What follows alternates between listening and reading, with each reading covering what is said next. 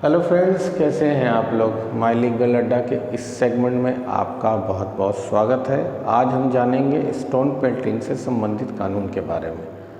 क्या stone pelting से संबंधित कोई नए कानून, क्या नए प्रावधान की ज़रूरत है या नहीं, या पहले से ही कोई कानून आईपीसी में उपलब्ध है या नहीं। तो आइए जानते हैं इसके बारे में।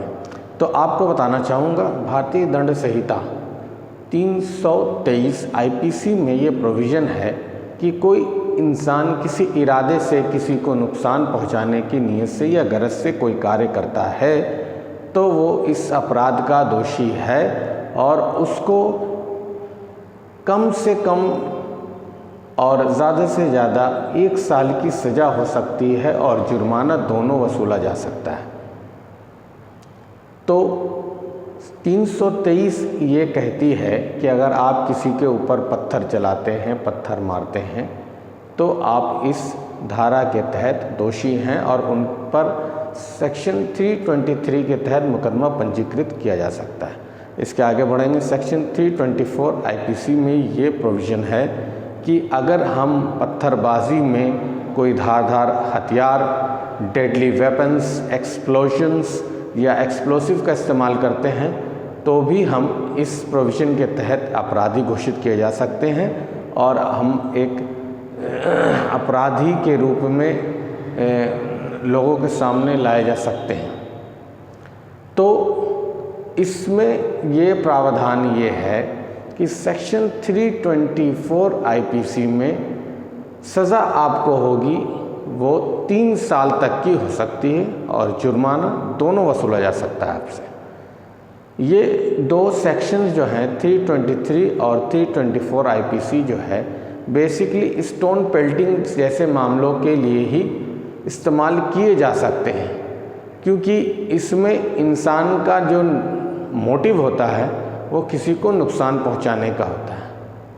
अब मसला ये है कि 323 या 324 आईपीसी सफिशेंट है इस स्टोन पेल्टिंग के मामले के लिए, या कोई अलग से कोई नए कानून की आवश्यकता है या नहीं।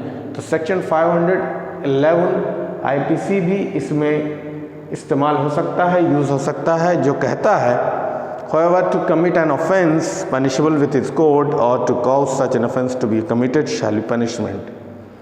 इसमें सेक्शन 511 आईपीसी में ये प्रोविज़न है कि हम अगर कोई ऑफेंस करते हैं, भले ही उस ऑफेंस को करने में हम सक्सेसफुल नहीं होते हैं, इसका मतलब ये नहीं है कि हम ऑफेंडर नहीं हैं, हमने वो ऑफेंस नहीं किया। जैसे जस्ट एन एग्जांपल हम समझेंगे, मैंने किसी का पॉकेट मारने की कोशिश की और पॉकेट मार लिया।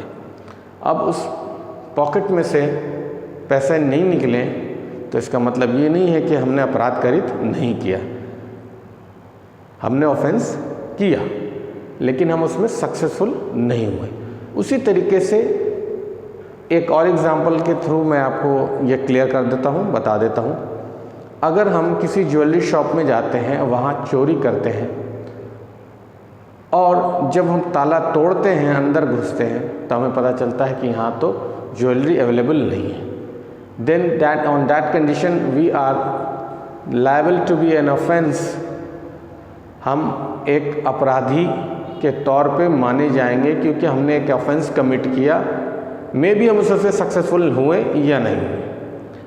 तो इसी तरीके से स्टोन पेल्टिंग के मामले में कि अगर कोई पत्थरबाजी होती है, पत्थर चलाया जाता है, किसी पर लगता है, नहीं लगता है, किसी को चोट पहुंचती है, नहीं पहुंचती है, ग्रेवियस इंजरी होती है या हल्का चोट लगता है, in that condition there are 3 IPC will be available in Indian Penal Code which provide you a sufficient ground for stone pelting।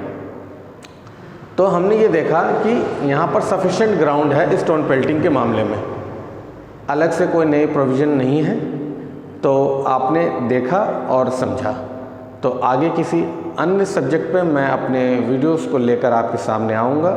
आप सभी से रिक्वेस्ट है कि मेरे वीडियो को लाइक ज़रूर करें, शेयर करें और सब्सक्राइब करें, ज़्यादा से ज़्यादा व्यू करें और अपने नॉलेज में बढ़ोतरी करें। मेरे चैनल का मोटो है a simple way to learn law. तब तक के लिए थैंक यू, गुड बाय।